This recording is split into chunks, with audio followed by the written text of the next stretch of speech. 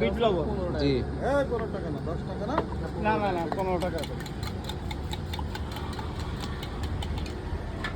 তো এখন আমরা কি দিয়ে কি পিঠে বানানো দেখছি এখন ভাই? ডিম চিতে বানানো দেখছি। ডিম চিতই, তাই তো? হুম। ওকে। এই দিলাম এটা- চালের গুঁড়ো, হ্যাঁ।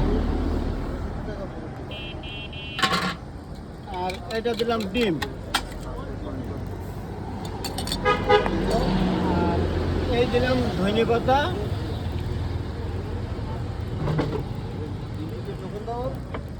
এরপরে ঢেকে দিতে হবে। এরপরে ঢেকে দিতে হবে। কয় মিনিট অপেক্ষা করা লাগবে? ওই 2-3 মিনিট। আচ্ছা।